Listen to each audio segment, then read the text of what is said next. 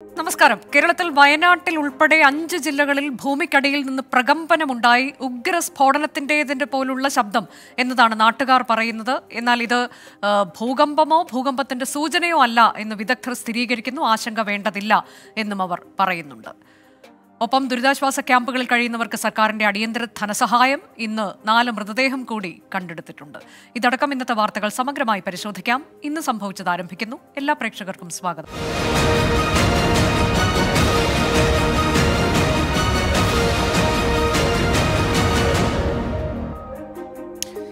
ഇന്ന് സംഭവിച്ച വാർത്തകളിലേക്ക് വിശദമായി. ആശങ്കയേറ്റുന്ന മുഴക്കം.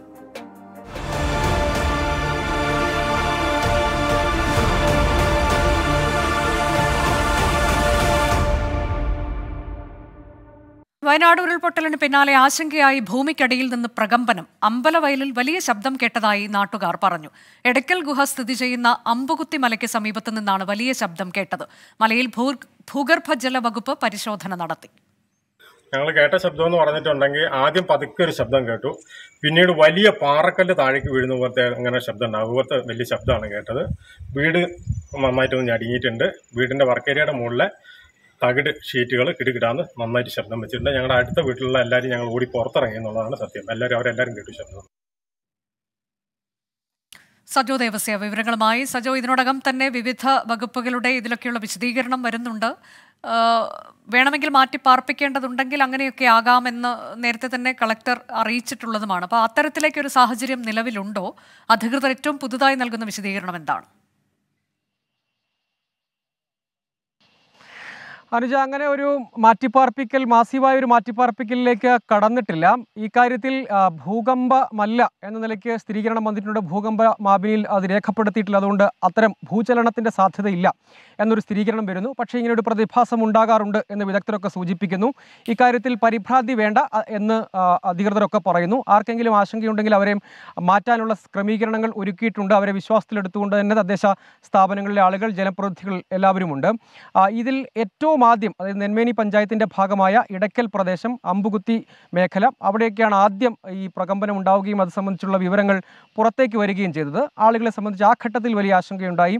മുണ്ടക്കൈ ദുരന്തത്തിൻ്റെയൊക്കെ പശ്ചാത്തലത്തിൽ ഇപ്പോൾ അവിടെ ജിയോളജി വകുപ്പ്, ഒപ്പം ഭൂഗർഭ ജലവിഭാഗം, റവന്യൂ, തദ്ദേശ സ്ഥാപനങ്ങളിലെ ഉദ്യോഗസ്ഥർ, ഒപ്പം ജനപ്രതിനിധികൾ എല്ലാവരും എത്തി ഗ്രൗണ്ട് പരിശോധനയും ഫീൽഡ് സ്റ്റഡിയും തുടരും എന്ന് അവർ പറയുന്നുണ്ട്. പക്ഷേ ആളുകളെ സംബന്ധിച്ച് വലിയ ആശങ്കയുണ്ട്. ഞാൻ നിൽക്കുന്ന പ്രദേശം യഥാർത്ഥത്തിൽ ഈ ഏറ്റവും ആദ്യം ഈ പ്രകമ്പന വിവരം, അല്ലെങ്കിൽ ഈ അസാധാരണ മുഴക്കത്തിൻ്റെയൊക്കെ വിവരം പുറത്തു വന്നൊരു പ്രദേശം കൂടിയാണ്. അതിൻ്റെ ഒരു വലിയൊരു വ്യൂ നമുക്ക് ഇവിടെ നിന്നാൽ തന്നെ ലഭ്യമാകും. ഈ പ്രദേശത്തു നിന്നാണ് ആദ്യം ഇത് സംബന്ധിച്ച വിവരങ്ങൾ ലഭ്യമായത്. ഇവിടെയുള്ള ആളുകളൊക്കെ അവരുടെ ആശങ്ക അങ്ങനെ പറയുന്നു. പക്ഷേ ഇതൊരു സ്വാഭാവിക പ്രതിഭാസം എന്ന നിലയ്ക്കാണ് എന്നാണ് വിദഗ്ധരുടെ പലപ്പോഴുമുള്ള പ്രതികരണം വരുന്നത്. ഇവിടെയുള്ള ആളുകൾ കൂടി നമ്മളോടൊപ്പം ചേരുന്നുണ്ട്. ഇവിടെ ഒരു ചേട്ടൻ, ഇത് ഏകദേശം എത്ര മണിയോട് കൂടിയാണ്? കാരാകുമ്പോഴാണ് ശബ്ദം കേട്ടത്.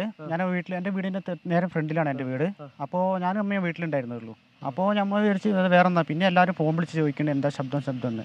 പിന്നീടാണ് അറിയുന്നത് ഇങ്ങനെ ഒരു എല്ലാവരും കേട്ടൊരു ശബ്ദമാണ്. വലിയൊരു മരം വീണ പോലത്തെ ഒരു ശബ്ദമാണ്. ഭൂമിയുടെ പൊക്കത്ത് മിന്നൽ കേൾക്കുന്ന സൗണ്ട് അല്ല, ഭൂമിയുടെ അടിക്കൂട്ടത്ത് പ്രകടനം പോലെ. അപ്പോഴാണ് നമുക്കൊക്കെ ഒരു പേടി തോന്നിയത്. പിന്നീടാണ് പറഞ്ഞൊരു ചലനമല്ല, കുഴപ്പമില്ലാന്ന് എന്നൊക്കെ പറയുന്നത്. ഇവിടെയുള്ള ആളുകളെ സംബന്ധിച്ച് ആശങ്കയുണ്ട്. പക്ഷേ അവർ പറയുന്നത് ഈ പ്രദേശങ്ങളിലൊക്കെ വിശദമായ പരിശോധന വേണം. ഇതിൻ്റെ ഒരു ഭൂമിശാസ്ത്രപരമായ പ്രത്യേകത, നമുക്ക് ഈ ദൃശ്യങ്ങൾ കാണുമ്പോൾ തന്നെ ഇതിൻ്റെ ഒരു ഭൂമിശാസ്ത്രപരമായ പ്രത്യേകത മനസ്സിലാകും. അതുകൊണ്ട് പല കാരണങ്ങൾ കൊണ്ടും ഇപ്പോൾ ഈ ദുരന്തത്തിൻ്റെ പശ്ചാത്തലത്തിലുമൊക്കെ ആളുകളെ സംബന്ധിച്ച് വലിയ ആശങ്കയുണ്ട്. പക്ഷേ അതൊരു ഭൂചലനമല്ലാന്ന് സ്ഥിരീകരിക്കുന്നു. അപ്പോഴും ഈ മേഖലയിൽ കൃത്യമായ തുടർ പരിശോധനയും പഠനവും ആളുകളുടെ ആശങ്ക ദൂരീകരിക്കുന്നതിന് വേണ്ടിയുള്ള ഇടപെടലും വേണമെന്ന ആവശ്യമുണ്ട്. അക്കാര്യത്തിലുള്ള ഇടപെടൽ ഉണ്ടാകും എന്നാണ് ജില്ലാ ഭരണകൂടവും ഒക്കെ അറിയിക്കുന്നത്. അതാണ്, ആശങ്കയുണ്ട്. പക്ഷേ ആശങ്കയുടെ സാഹചര്യം നിലവിലില്ല എന്നുള്ളതാണ്. ഭൂകമ്പമല്ല, ഭൂകമ്പ സൂചനയും അല്ല എന്നുള്ളതാണ് വിദഗ്ധർ പറയുന്നത്. കേരളത്തിലെ സീസ്മോളജി സെന്ററുകളിൽ ഭൂചലനം റിപ്പോർട്ട് ചെയ്തിട്ടില്ലെന്ന് national centre for seismology director OP Mishra 24നോട് പറഞ്ഞു. മണ്ണിടിച്ചിലുണ്ടായ മേഖലയിൽ ഉണ്ടാകാറുള്ള സ്വാഭാവിക പ്രതിഭാസമാണിത്. ഫ്രിക്ഷണൽ എനർജി മൂലമാണ് ശബ്ദമുണ്ടാകുന്നതെന്നും OP മിശ്ര പറഞ്ഞു. Actually, there is no natural earthquake recorded by any of the seismographic stations installed in Kerala and around the Kerala. So, this is not a natural earthquake, and whatever the reported shaking we are felt, it quite natural that in landslide prone area, if there is some heavy rock masses, try to stabilize from the higher level to the lower level. During that shifting of the land masses, there is the such type of the shaking can be felt localized, and at the in situ on surrounding areas. Second thing is that if the rock falls, then there is a lot of the collision between the different rock masses, and there is a frictional energy generated, and those frictional energy, because on the surface they generate the wave, and that wave is propagated to the sound to a greater distance. വയനാടിന് പിന്നാലെ കോഴിക്കോട്ടും പാലക്കാട്ടും മലപ്പുറത്തും ഭൂമിക്കടിയിൽ നിന്ന് അസാധാരണ ശബ്ദം കേട്ടെന്ന് നാട്ടുകാർ. രാവിലെ 10:15-നും 10:30-നും ഇടയിലാണ് വിവിധ ജില്ലകളിൽ ഒരേ സമയം അസാധാരണ പ്രതിഭാസമുണ്ടായത്. തദ്ദേശ സ്ഥാപന പ്രതിനിധികൾ വിവിധയിടങ്ങളിൽ പരിശോധനകൾ നടത്തി. പാലക്കാട് ഒറ്റപ്പാലത്തും അലനല്ലൂർ കുഞ്ഞുകുളത്തും ചെറുപ്പുളശ്ശേരി കാറൽമണ്ണയിലുമാണ് ഒരേ സമയം ഉഗ്രശബ്ദം കേട്ടത്. ചിലയിടങ്ങളിൽ അസാധാരണമാം വിധം കുലുക്കവും അനുഭവപ്പെട്ടു. അത് ഏത് ഭാഗത്തുനിന്നാണെന്നൊരു വ്യക്തത ഇല്ലാത്തൊരു സൗണ്ടാണ് വന്നത്. നമുക്കൊരു ദിശ പറയാൻ പറ്റില്ല. ഇപ്പോൾ അത് മറ്റേ വടക്കുന്നാണോ പടിഞ്ഞാറുന്നാണോ കിഴക്ക് അങ്ങനെ പറയാൻ പറ്റില്ല. നല്ല സൗണ്ട് കേട്ടു. അപ്പം എൻ്റെ കൂട്ടുകാരൻ്റെ അച്ഛൻ ഉണ്ടായിരുന്നു. മൂപ്പര് പറഞ്ഞു എന്തൊരു സൗണ്ട് കേൾക്കണമെന്ന് ചോദിച്ചു. അപ്പോൾ ഞാൻ പറഞ്ഞു സാധാരണ ഇതിൽ ഭൂമിയിലൊക്കെ ഉണ്ടാവുകയാണെങ്കിലാണ് ഇങ്ങനെ സൗണ്ട് ഉണ്ടാവില്ലേ എന്ന് പറഞ്ഞു. ഒരു 2-3 സെക്കൻഡ് നേരം അത്രയേ ഉള്ളൂ. വരോട് വാടാനംകുറിശി സ്കൂളിലും പ്രകമ്പനമുണ്ടായതായി അധ്യാപിക സുരേഖ പറഞ്ഞു. കോഴിക്കോട് കൂടരഞ്ഞിയിലും കുറ്റ്യാടി കലങ്ങോടും ഭൂമിക്കടിയിൽ നിന്ന് വലിയ ശബ്ദം കേട്ടതായി നാട്ടുകാർ പറഞ്ഞു. മലപ്പുറം എടപ്പാളിലും കരിപ്പൂർ മാതംകുളത്തും ഉഗ്രശബ്ദം കേട്ടു. മലബാറിലെ ഭൂപ്രകൃതിയുടെ പ്രത്യേകതകൾ കൊണ്ടാണ് ഇത്തരത്തിലുള്ള പ്രതിഭാസം ഉണ്ടാകുന്നതെന്ന് കേരള സർവകലാശാല ജിയോളജി വിഭാഗം മുൻ മേധാവിയും ജിയോളജിസ്റ്റുമായ ജി ത്രിവിക്രം പറഞ്ഞു. വയനാട് ഉരുൾപൊട്ടലിന്റെ പശ്ചാത്തലത്തിൽ പൊടുന്നനെയുണ്ടായ അസാധാരണ പാരിസ്ഥിതിക മാറ്റത്തിൽ ആശങ്കയിലാണ് ജനങ്ങൾ. വിവിധ ബ്യൂറോകൾക്കൊപ്പം 24 പാലക്കാട്. വയനാട് ഉരുൾപൊട്ടലിൽ 4 പേരുടെ മൃതദേഹം കൂടി കണ്ടെത്തി. സൂചിപ്പാറ, കാന്തൻപാറ മേഖലകളിൽ നിന്നാണ് മൃതദേഹം കണ്ടെത്തിയത്. PPE കിറ്റ് ഇല്ലാതെ മൃതദേഹം എയർലിഫ്റ്റ് ചെയ്യാൻ കഴിയില്ലെന്ന് സന്നദ്ധ സംഘം അറിയിച്ചു. പുനരധിവാസ സമിതിക്ക് സർക്കാർ രൂപം നൽകണമെന്ന് KPCC അധ്യക്ഷൻ K സുധാകരൻ ആവശ്യപ്പെട്ടു. വീട് നഷ്ടപ്പെട്ടവർക്ക് അടിയന്തര ആശ്വാസ ധനസഹായം നൽകാൻ സർക്കാർ തീരുമാനിച്ചു. കാട് കയറിയുള്ള തിരച്ചിലിലാണ് 4 മൃതദേഹങ്ങൾ കാന്തൻപാറ വനമേഖലയിൽ പാറക്കെട്ടുകൾക്കിടയിൽ കണ്ടെത്തിയത്. സന്നദ്ധ പ്രവർത്തകരായ 8-അംഗ സംഘമായിരുന്നു പരിശോധനയ്ക്ക് നേതൃത്വം നൽകിയത്. എന്നാൽ PPE കിറ്റ് ലഭിക്കാതെ മൃതദേഹം എയർലിഫ്റ്റ് ചെയ്യാനാകില്ലെന്ന് ഇവർ പറഞ്ഞു. പുനരധിവാസ പദ്ധതിക്ക് സർക്കാർ കാലതാമസം വരുത്തരുത് എന്നും സുതാര്യതയ്ക്കായി MLA-മാരെയും MP-മാരെയും ഉൾപ്പെടുത്തി സമിതി രൂപീകരിക്കണമെന്നും KPCC president K Sudhakaran. UDF MP-മാർ 1 മാസത്തെ ശമ്പളം ദുരിതാശ്വാസ നിധിയിലേക്ക് സംഭാവന ചെയ്യാനും തീരുമാനിച്ചിട്ടുണ്ട്. അതേസമയം വീടും വസ്തുവകകളും പൂർണ്ണമായി നഷ്ടപ്പെട്ടവർക്ക് മറ്റൊരു താമസ സ്ഥലത്തേക്ക് മാറുന്നതിനായുള്ള ആശ്വാസ ധനസഹായവും സർക്കാർ അടിയന്തരമായി പ്രഖ്യാപിച്ചിട്ടുണ്ട്. ജീവനോപാധി നഷ്ടപ്പെട്ട കുടുംബത്തിലെ പ്രായപൂർത്തിയായ ഓരോ വ്യക്തിക്കും 300 രൂപ വീതം ആശ്വാസ ധനസഹായം നൽകാനാണ് തീരുമാനം. 24 വയനാട്. അതിസങ്കീർണ മേഖലയായ വയനാട് കാന്തൻപാറയിൽ ഇന്ന് നടത്തിയ തിരച്ചിലിൽ 4 മൃതദേഹമാണ് കണ്ടെത്തിയത്. PPE കിറ്റ് ഇല്ലാതെ മൃതദേഹം മാറ്റാനാകില്ലെന്ന് ദൌത്യസംഘം അറിയിച്ചു. ഹെലികോപ്റ്റർ മാർഗമാണ് ദൌത്യസംഘത്തെ ബത്തേരിയിൽ എത്തിച്ചത്. തിരച്ചിലിന്റെ ദൃശ്യങ്ങൾ 24-ന് ലഭിച്ചു. സുർജിത്ത് അയ്യപ്പത്ത് വിവരങ്ങളുമായി. സുർജിത്ത്, ഈ ദൃശ്യങ്ങളിൽ നിന്ന് വ്യക്തമാണ് എത്രത്തോളം ദുഷ്കരമായൊരു മേഖലയിലാണ് സംഘം തിരച്ചിൽ നടത്തുന്നത് എന്നത്. ഈ തിരച്ചിൽ ഇനിയും വരും ദിവസങ്ങളിലും തുടരേണ്ടുന്നൊരു സാഹചര്യമുണ്ടോ? കാരണം ഇന്ന് കൂടുതൽ മൃതദേഹം അവിടെ നിന്ന് കിട്ടിയല്ലോ. തീർച്ചയായും, അതായത് ഈ സൂചിപ്പാറയും കാന്തൻപാറയും ചേരുന്ന ഭാഗത്തിന് താഴെയായാണ് അതിസങ്കീർണമായ മേഖല എന്നുള്ളത് ദൃശ്യങ്ങളിൽ നിന്ന്.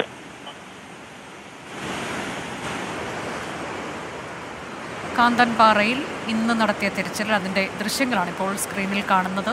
വളരെ ദുഷ്കരമായൊരു മേഖലയാണ്. അവിടെയാണ് ദൗത്യസംഘം തിരച്ചിൽ നടത്തുന്നത്. PPE കിറ്റ് ഇല്ലാതെ ഇവിടെ നിന്ന് കണ്ടെടുത്തിയ മൃതദേഹം മാറ്റാനാകില്ല എന്ന് ദൗത്യസംഘം ഇപ്പോൾ അറിയിച്ചിട്ടുണ്ട്. മുണ്ടക്കൈ ഉരുൾപൊട്ടലിൽ കാണാതായവർക്കായി ജനകീയ തെരച്ചിൽ നടത്തി. ക്യാമ്പിൽ കഴിയുന്ന നാട്ടുകാരെ ഉൾപ്പെടുത്തിയായിരുന്നു തെരച്ചിൽ. ഞായറാഴ്ച കൂടുതൽ പേരെ പങ്കെടുപ്പിച്ച് തെരച്ചിൽ നടത്തുമെന്ന് മന്ത്രി മുഹമ്മദ് റിയാസ് പറഞ്ഞു. ഉരുൾപൊട്ടൽ ദുരന്തം വിതച്ച മുണ്ടക്കൈ, ചൂരൽമല പ്രദേശങ്ങളിൽ രാവിലെ 9 മുതൽ 1 മണി വരെയായിരുന്നു തിരച്ചിൽ. പ്രധാനമന്ത്രിയുടെ സന്ദർശനത്തിന്റെ ഭാഗമായി ഉച്ചയോടെ തിരച്ചിൽ അവസാനിപ്പിക്കണമെന്ന നിർദ്ദേശമുണ്ടായിരുന്നു. സാധ്യമായ ഇടങ്ങളിൽ പ്രദേശവാസികളുടെയും ക്യാമ്പിൽ കഴിയുന്നവരുടെയും നേതൃത്വത്തിൽ തിരച്ചിൽ നടത്തി. സന്നദ്ധ സംഘടനകളും സേനാ വിഭാഗങ്ങളും തിരച്ചിലിന്റെ ഭാഗമായി. ഞാൻ എൻ്റെ ഇത് നടന്നതിന്റെ അപ്പുറത്താണ് വീടുള്ളത്. ഒന്നും കൂടെ കൂടുതൽ ആളുകളും കൂടി എത്തിക്കഴിഞ്ഞാൽ, ക്യാമ്പിൽ നിന്നുള്ള ആൾക്കാരും കൂടി എത്തിക്കഴിഞ്ഞാൽ കൂടുതൽ നമുക്ക് ബോഡി റിക്കവറി ചെയ്യാൻ കഴിയുമെന്ന് പ്രതീക്ഷിക്കുന്നു. Chooralmala, Attamala, Mundakkai, Punchirimattom, Vellarmala village road, GVHSS Vellarmala എന്നിങ്ങനെ 6 സോണുകൾ കേന്ദ്രീകരിച്ചാണ് തെരച്ചിൽ നടത്തിയത്. ക്യാമ്പിലെ കൂടുതൽ ആളുകളെ പങ്കെടുപ്പിച്ച് ഞായറാഴ്ച വീണ്ടും തിരച്ചിൽ നടത്തുമെന്ന് മന്ത്രി മുഹമ്മദ് റിയാസ്. അല്ല, ഇന്നിപ്പോ പ്രധാനമന്ത്രി വരുന്നതിന്റെ ഭാഗമായി 24 മണിക്കൂർ മുമ്പ് സുരക്ഷാ ക്രമീകരണങ്ങൾക്ക് വേണ്ടി ഇവിടെ ജനകീയ തെരച്ചിൽ നിർത്തേണ്ടി വരും. പക്ഷേ ഞായറാഴ്ച ജനകീയ തെരച്ചിൽ തുടരും. 131 പേരെയാണ് ഇനി കണ്ടെത്താനുള്ളത്. 24 വയനാട്. സംസ്ഥാനത്ത് പരിസ്ഥിതി ഓഡിറ്റ് നടത്തിയിട്ടുണ്ടോ എന്ന് സർക്കാരിനോട് ഹൈക്കോടതി. ദുരന്ത നിവാരണ അതോറിറ്റിയുടെ ഏറ്റവും പുതിയ റിപ്പോർട്ട് ഹാജരാക്കാൻ കോടതി നിർദ്ദേശം നൽകി. വയനാട് ഉരുൾപൊട്ടൽ ദുരന്തവുമായി ബന്ധപ്പെട്ട് സ്വമേധയാ എടുത്ത കേസിലാണ് കോടതി നടപടി. ജിയോളജിക്കൽ സർവേ ഓഫ് ഇന്ത്യയിൽ നിന്നും ഡിവിഷൻ ബെഞ്ച് റിപ്പോർട്ട് തേടിയിട്ടുണ്ട്. ഉരുൾപൊട്ടൽ ദുരന്തവുമായി ബന്ധപ്പെട്ട സ്വമേധയാ എടുത്ത കേസ് പരിഗണിക്കവെയാണ് സംസ്ഥാനത്ത് പരിസ്ഥിതി ഓഡിറ്റ് നടത്തിയിട്ടുണ്ടോ എന്ന് ഹൈക്കോടതി സർക്കാരിനോട് ആരാഞ്ഞത്. ഓരോ ജില്ലയിലും പാരിസ്ഥിതിക പഠനം വേണം. ക്വാറികൾക്കും മറ്റും അനുമതി നൽകേണ്ടത് പാരിസ്ഥിതിക പഠനം നടത്തിയതിനു ശേഷമാകണമെന്നും ജസ്റ്റിസുമാരായ AK ജയശങ്കരൻ നമ്പ്യാർ, VM ശ്യാംകുമാർ എന്നിവരുൾപ്പെട്ട ഡിവിഷൻ ബെഞ്ച് വ്യക്തമാക്കി. സംസ്ഥാന ദുരന്ത നിവാരണ അതോറിറ്റി, സംസ്ഥാന കേന്ദ്ര സർക്കാരുകൾ, ജിയോളജിക്കൽ സർവേ ഓഫ് ഇന്ത്യ തുടങ്ങിയവരെ കേസിൽ കക്ഷി ചേർത്ത കോടതി ദുരന്ത നിവാരണ അതോറിറ്റിയോട് ഏറ്റവും പുതിയ റിപ്പോർട്ട് ഹാജരാക്കാനും ആവശ്യപ്പെട്ടു. പരിസ്ഥിതി ദുരന്തങ്ങളെക്കുറിച്ച് മുന്നറിയിപ്പ് നൽകാനുള്ള സംവിധാനം വേണം. പ്രകൃതി ദുരന്തങ്ങൾ ഉണ്ടാകുമ്പോൾ വിവിധ വകുപ്പുകൾ പലതരത്തിലാണ് നടപടികൾ എടുക്കുന്നത്. അതിനാൽ വകുപ്പുകൾ തമ്മിൽ ഏകോപനം വേണമെന്നും കോടതി ചൂണ്ടിക്കാട്ടി. പരിസ്ഥിതിലോല പ്രദേശങ്ങൾ സംബന്ധിച്ച് സമഗ്രമായ പഠനം അനിവാര്യമാണെന്ന് വ്യക്തമാക്കിയ കോടതി ഇക്കാര്യത്തിൽ സർക്കാർ നയങ്ങൾ മാറ്റാൻ സാധിക്കുമോ എന്നതാണ് പരിഗണിക്കുന്നതെന്നും ഓർമ്മിപ്പിച്ചു. ഉരുൾപൊട്ടലിന്റെ പശ്ചാത്തലത്തിൽ വയനാടിനുമേൽ കോടതി നിരീക്ഷണമുണ്ടാകുമെന്നും ഡിവിഷൻ ബെഞ്ച് കൂട്ടിച്ചേർത്തിട്ടുണ്ട്. എസ് ശ്രീകാന്ത്, 24 കൊച്ചി. പ്രധാനമന്ത്രി നരേന്ദ്രമോദി നാളെ വയനാട് സന്ദർശിക്കും. രാവിലെ കണ്ണൂർ വിമാനത്താവളത്തിലെത്തുന്ന പ്രധാനമന്ത്രി ഹെലികോപ്റ്റർ മാർഗം ദുരന്ത ഭൂമിയിലെത്തും. മുഖ്യമന്ത്രി പിണറായി വിജയനും നരേന്ദ്രമോദിക്കൊപ്പമുണ്ടാകും. ദുരന്തത്തെ L3 വിഭാഗത്തിൽപ്പെടുത്തി വയനാടിനെ സഹായിക്കാൻ തയ്യാറാകണമെന്ന് പ്രതിപക്ഷ നേതാവ് VD സതീശൻ പറഞ്ഞു. ഹെലികോപ്റ്റർ മാർഗം ദുരന്തഭൂമിയിലെത്തുന്ന പ്രധാനമന്ത്രി ആദ്യം ആകാശ നിരീക്ഷണം നടത്തും. മുഖ്യമന്ത്രി പിണറായി വിജയനും ചീഫ് സെക്രട്ടറി ഡോക്ടർ V വേണുവും മോദിക്കൊപ്പമുണ്ടാകും. ദുരന്തഭൂമിയിലെ സാഹചര്യങ്ങൾ ചീഫ് സെക്രട്ടറി പ്രധാനമന്ത്രിക്ക് വിശദീകരിക്കും. ബെയിലി പാലത്തിലെത്തിയ ശേഷം പ്രധാനമന്ത്രി ദുരന്ത പ്രദേശത്തേക്ക് നീങ്ങും. കനത്ത സുരക്ഷാ ക്രമീകരണം ഒരുക്കിയതായി ADGP MR അജിത് കുമാർ 24നോട്. നിലവിലുള്ള വിവരം അനുസരിച്ചിട്ട് അദ്ദേഹം കണ്ണൂർ എയർപോർട്ടിൽ വരുന്നു. കണ്ണൂരിൽ നിന്ന് ബഹുമാനപ്പെട്ട മുഖ്യമന്ത്രിയോടൊപ്പവും മറ്റ് ഒഫീഷ്യലോടൊപ്പവും ബൈ ചോപ്പർ ഈ ഏരിയ ആദ്യം ഒരു ഏരിയൽ നിരീക്ഷണം നടത്തുന്ന മനസ്സിലാക്കുന്നത്. ഏരിയൽ നിരീക്ഷണത്തിന് ശേഷം കൽപ്പറ്റയിൽ വന്നിറങ്ങും. കൽപ്പറ്റയിൽ വന്നിറങ്ങിക്കഴിഞ്ഞാൽ അദ്ദേഹത്തിൻ്റെ ബൈ റോഡ് നമ്മൾ ഈ ലാൻഡ് സ്ലൈഡ് സംഭവിച്ച് ചുരന്മല ഭാഗത്ത് കൊണ്ടുവരാൻ പ്ലാൻ ചെയ്യുന്നത്. സേനാ മേധാവിമാരെയും ദൗത്യസംഘത്തെയും പ്രധാനമന്ത്രി കാണും. തുടർന്ന് ക്യാമ്പുകളിലും ആശുപത്രിയിലും സന്ദർശനം നടത്തും. പര്യടനത്തിനു ശേഷം കളക്ടറേറ്റിലെ യോഗത്തിൽ പങ്കെടുക്കും. ശേഷം കണ്ണൂർ വഴി ഡൽഹിയിലേക്ക് മടക്കാം. ദുരന്തത്തെ L3-ലോ L4-ലോ ഉൾപ്പെടുത്തി വയനാടിനെ സഹായിക്കാൻ പ്രധാനമന്ത്രി തയ്യാറാകണമെന്ന് പ്രതിപക്ഷ നേതാവ് VD സതീശൻ. L3 മാത്രമല്ല, L3 L4-നിടയിലാണ് നിൽക്കുന്നത്. അപ്പോൾ ഒരു നാഷണൽ ഡിസാസ്റ്ററായിട്ട് പ്രഖ്യാപിക്കാനുള്ള പ്രൊവിഷൻ ഇപ്പോൾ ഇല്ല. പക്ഷേ L3 L4 ആയിട്ട് ചെയ്തു കഴിഞ്ഞാൽ സ്പെഷ്യൽ ഫിനാൻഷ്യൽ അസിസ്റ്റൻസ് അതാണ് നൽകേണ്ടത്. അപ്പോൾ 2 ഫേസിലായി വളരെ വിപുലമായ തരത്തിലുള്ളൊരു പുനരധിവാസ പ്രക്രിയയുണ്ട്. അപ്പോൾ അത് നമ്മളെ കൊണ്ട് മാത്രം താങ്ങുന്ന കാര്യമല്ല, അവർ സഹായിക്കണം. പ്രധാനമന്ത്രിയുടെ സന്ദർശനത്തിന്റെ സുരക്ഷാ പ്രാധാന്യം കണക്കിലെടുത്ത് നാളെ തിരച്ചിലുണ്ടാകില്ല. ദീപക് ധർമ്മടം, 24 വയനാട്.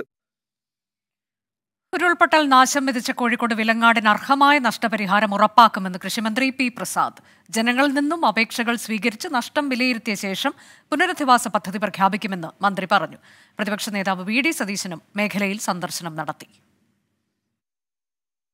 വിലങ്ങാട് ദുരന്തത്തിൽ 12 കോടിയിലധികം രൂപയുടെ കൃഷിനാശമുണ്ടായെന്നാണ് പ്രാഥമിക വിലയിരുത്തൽ.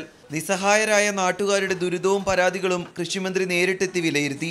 നഷ്ടപരിഹാരം ഉറപ്പാക്കുമെന്ന് മന്ത്രി P പ്രസാദ്. പക്ഷേ ഇപ്പോൾ വന്നിരിക്കുന്ന നാശനഷ്ടങ്ങളും മറ്റുള്ള കാര്യങ്ങൾക്കകത്ത് എങ്ങനെയെല്ലാം നമുക്ക് പരിഹാരം ഉണ്ടാക്കാൻ കഴിയുമെന്നുള്ളത് കൃഷി വകുപ്പ് പ്രത്യേകമായിട്ട് ആലോചിക്കുന്നതായിരിക്കും. ഈ മേഖലകളുമായി ബന്ധപ്പെട്ടിട്ട് എന്തെല്ലാമാണ് ചെയ്യാൻ കഴിയുക എന്നുള്ളത് ആലോചിക്കുകയും അതെല്ലാം നടപ്പിലാക്കുകയും ചെയ്യും. കർഷകർക്ക് മതിയായ സമയം കൊടുത്തു തന്നെ അവരുടെ അപേക്ഷകൾ സ്വീകരിച്ചുകൊണ്ടും അതിന് പുറത്തുള്ള പരിശോധന നടത്തിക്കൊണ്ടും യഥാർത്ഥമായ നാശനഷ്ടങ്ങൾ തിട്ടപ്പെടുത്തേണ്ടത് അനിവാര്യമാണ്. പുറത്തറിഞ്ഞതിലും വലുതാണ് വിലങ്ങാട്ടെ ദുരന്തത്തിന്റെ വ്യാപ്തിയെന്ന് പ്രദേശം സന്ദർശിച്ച ശേഷം പ്രതിപക്ഷ നേതാവ് VD സതീശൻ. അല്ല, വിലങ്ങാട് ഉണ്ടായിരിക്കുന്ന ദുരന്തം നമ്മളെല്ലാം പുറത്തറിഞ്ഞതിനേക്കാൾ വ്യാപ്തിയുള്ളതാണെന്ന് നേരിട്ട് കണ്ടപ്പോൾ ബോധ്യമായി. വലിയൊരു അപകടത്തിൻ്റെ നിഴലിലാണ് ഇവിടെ എല്ലാ ആളുകളെല്ലാവരും ജീവിക്കുന്നത്. ഇത് ഒരു ഇത്ര ആളപായം ചുരുങ്ങിയത് എന്നെ അത്ഭുതപ്പെടുത്തുകയാണ്. കാരണം അത്ര വലിയ ഒരു അപകടമാണ് ഉണ്ടായിരിക്കുന്നത്. 4 പേരടങ്ങുന്ന വിദഗ്ധ സംഘം അടുത്തയാഴ്ച വിലങ്ങാടെത്തി പഠനം നടത്തും. നാശനഷ്ടങ്ങളുടെ കണക്ക് 2 ദിവസത്തിനകം റവന്യൂ കൃഷി വകുപ്പ് ഉദ്യോഗസ്ഥർ ജില്ലാ കളക്ടർക്ക് കൈമാറും. അടുത്ത മന്ത്രിസഭാ യോഗത്തിൽ ദുരിതബാധിതർക്കുള്ള സഹായം തീരുമാനിക്കാനാണ് സാധ്യത. 24 കോഴിക്കോട്. എറണാകുളം ഇരിങ്ങോൾ സെയിന്റ് ഗ്രിഗോറിയോസ് പള്ളിയുടെ കുരിശും തൊട്ടി സ്വകാര്യ വ്യക്തി പൊളിച്ചതിൽ പ്രതിഷേധം. CPIM ബ്രാഞ്ച് സെക്രട്ടറി ജിസം കോരത്തിനെതിരെയാണ് പരാതി. കെട്ടിട നിർമ്മാണത്തിന് വേണ്ടിയാണ് പൊളിച്ചതെന്നാണ് വിശ്വാസികളുടെ പരാതി. കോഴിക്കോട് മുക്കം നഗരസഭയിലെ വെണ്ണക്കോട് കിണർ ഇടിഞ്ഞു താഴ്ന്നു. മാർക്കസ് ഹവ്യത്തിൽ സുന്നിയ അറബിക് കോളേജിന്റെ കിണറാണ് ഇടിഞ്ഞു താഴ്ന്നത്. വയനാട് ദുരന്തത്തിന്റെ പശ്ചാത്തലത്തിൽ തൃശൂരിലെ പുലികളി ഒഴിവാക്കി. തൃശൂർ കോർപ്പറേഷന്റേതാണ് തീരുമാനം. വയനാട് ദുരന്തത്തിന്റെ പശ്ചാത്തലത്തിൽ സർക്കാർ ആഘോഷങ്ങൾ വെട്ടിച്ചുരുക്കിയിരുന്നു. നീറ്റ് PG പരീക്ഷയിൽ മാറ്റമില്ല. പരീക്ഷ മാറ്റണമെന്ന ആവശ്യം സുപ്രീംകോടതി തള്ളി. പത്തനംതിട്ട അടൂരിൽ തിരക്കേറിയ റോഡിൽ കുതിരസവാരി നടത്തിയ യുവാവിനെ തടഞ്ഞു പോലീസ്. ഇന്നലെ വൈകിട്ട് 4-ന് സ്കൂൾ വിട്ട സമയത്തായിരുന്നു സംഭവം. CI വാങ്ങിയ ചിക്കൻ ബിരിയാണിയിൽ ചത്ത പഴുതാരയെ കണ്ടെത്തിയതിനെ തുടർന്ന് ഹോട്ടൽ അടപ്പിച്ച് ഭക്ഷ്യസുരക്ഷാ വകുപ്പ്. പത്തനംതിട്ട തിരുവല്ലയിലെ കന്നിമറ ഹോട്ടലാണ് അടപ്പിച്ചത്. തിരികെ മറ്റു വാർത്തകളിലേക്ക്. അതിസങ്കീർണ മേഖലയായ വയനാട് കാന്തൻപാറയിൽ ഇന്ന് നടത്തിയ തെരച്ചിലിൽ 4 മൃതദേഹമാണ് കണ്ടെത്തിയത്. PPE കിറ്റ് ഇല്ലാതെ മൃതദേഹം മാറ്റാനാകില്ലെന്ന് ദൌത്യസംഘം അറിയിച്ചു. ഹെലികോപ്റ്റർ മാർഗമാണ് ദൌത്യസംഘത്തെ ബത്തേരിയിലെത്തിച്ചത്. തിരച്ചിലിന്റെ ദൃശ്യങ്ങൾ 24-ന് ലഭിച്ചു.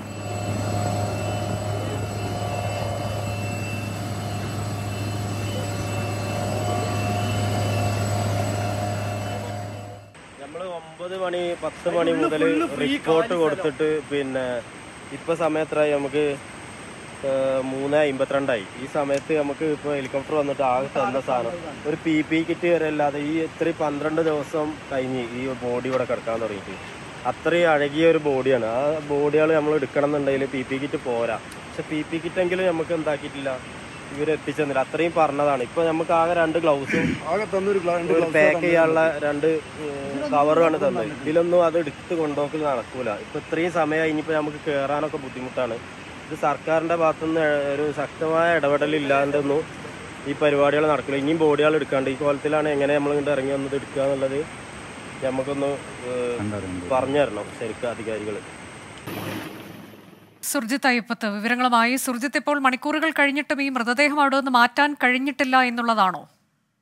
അനുജ, ആ ഒരു ദൗത്യം എത്രമാത്രം അതിസങ്കീർണമാണ് എന്നുള്ളത് ആ ദൃശ്യങ്ങളിൽ നിന്ന് തന്നെ വ്യക്തമാണ്. പ്രത്യേകിച്ച് ആ മേഖലയുടെ ഭൂമിശാസ്ത്രം, ആ പ്രദേശം എന്ന് പറയുന്നത് കാന്തൻപാറ വെള്ളച്ചാട്ടവും സൂചിപ്പാറ വെള്ളച്ചാട്ടത്തിൽ നിന്ന് വരുന്ന വെള്ളം ചേരുന്ന ആ ഒരു ഭാഗമാണ്. കുത്തനെ താഴ്ന്ന നിലയിലുള്ള ഒരു പ്രതലമാണ്. ഊറ്റൻ പാറകളുള്ള, വഴുക്കലുള്ള പാറകളുള്ള പ്രതലമാണ്. അവിടേക്കാണ് ഈ ദൗത്യ സംഘം എത്തിയത്. അതായത് ഇവരെല്ലാം തന്നെ സന്നദ്ധ പ്രവർത്തകരാണ്. ചാമ്പ്യൻസ് ക്ലബ്ബ് റിപ്പൺ, അതോടൊപ്പം തന്നെ STPയുടെ ഏതാനും പ്രവർത്തകർ. ഈ ചാമ്പ്യൻസ് ക്ലബ്ബിലെ അലി, നൌഫൽ, ഷാനവാസ്, രാഹുൽ, മുബഷീർ, ഇബാസ്, മുഹമ്മദ്, കബീർ, ഇവരാണ് ഈ സംഘത്തിൽ ഉൾപ്പെട്ട ആളുകൾ. ഇവരുടെ നേതൃത്വത്തിലുള്ള സംഘമാണ് ഇന്ന് രാവിലെ തന്നെ പുറപ്പെട്ടത്. വാളത്തൂർ ഭാഗത്തുകൂടിയാണ് അവർ നേരെ ഈ പ്രദേശത്തേക്ക് ഇറങ്ങുന്നത്. അതിനുശേഷം തിരച്ചിൽ നടത്തി 4 മൃതദേഹങ്ങൾ ആ മേഖലയിൽ കണ്ടു. അതെല്ലാം തന്നെ അഴുകിയ നിലയിലുള്ള മൃതദേഹങ്ങളാണ്. ഇന്ന് 12 ദിവസമായിരിക്കുന്നു. സ്വാഭാവികമായും മൃതദേഹങ്ങളെല്ലാം തന്നെ അഴുകിയ നിലയിലാണ്. അവർക്ക് അതിന്റെ അടുത്തേക്ക് എത്താൻ കഴിഞ്ഞെങ്കിലും അത് എടുത്തു മാറ്റുക എന്നുള്ളത് വലിയ പ്രതിസന്ധിയാണ്. ഇതിനിടയിൽ ഹെലികോപ്റ്റർ ഒരു വട്ടം വന്ന് പരിശോധന നടത്തിപ്പോയി. അതിനുശേഷം വീണ്ടും ഹെലികോപ്റ്റർ എത്തി. പിന്നെ ഇവർ ഈ കൃത്യമായ രീതിയിൽ തന്നെ ഇവർ അധികൃതരുമായി സംസാരിക്കുന്നുണ്ടായിരുന്നു. ഇതിന്റെ അവസ്ഥ എന്താണെന്നുള്ളത്. ഇവർക്ക് ആകെ ലഭിച്ചത് 2 ജോഡി ഗ്ലൗസുകളും അതോടൊപ്പം തന്നെ ഈ മൃതദേഹങ്ങൾ പാക്ക് ചെയ്യാൻ ഉപയോഗിക്കുന്ന ബാഗുമാണ്. ആ ബാഗ് 3 എണ്ണമാണ് ലഭിച്ചത്. അത് പൂർണ്ണമായ രീതിയിൽ അതിന് പറ്റുന്ന ഒരു ഇടപെടൽ. കാന്തൻപാറയിലെ ദൗത്യം അത് എത്രത്തോളം ദുഷ്കരമാണ് എന്നത് ദൃശ്യങ്ങളിലൂടെ അറിയാം. പക്ഷേ ആ മൃതദേഹം എടുത്തു മാറ്റാൻ കഴിയുന്നില്ല. അതിന് ആവശ്യമായ സംവിധാനങ്ങൾ നിലവിൽ ലഭിച്ചിട്ടില്ല എന്നുള്ളതാണ് പരാതി. ഇന്ന് സംഭവിച്ചത് അവസാനിക്കുകയാണ്. ഇനി പൊതുജനം കഴുതയിൽ സാർ എന്ന പരിപാടിയുമായി ആർ ശ്രീകണ്ഠൻ നായർ. നമസ്കാരം.